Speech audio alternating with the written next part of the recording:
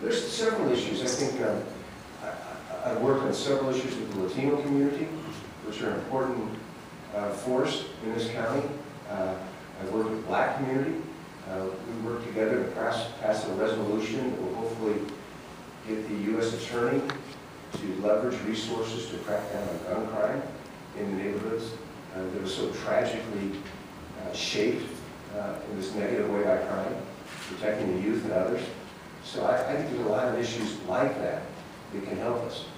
Frankly, I also think that the demise of the viewpoint of the voters of the current administration is going to help us as much as anything.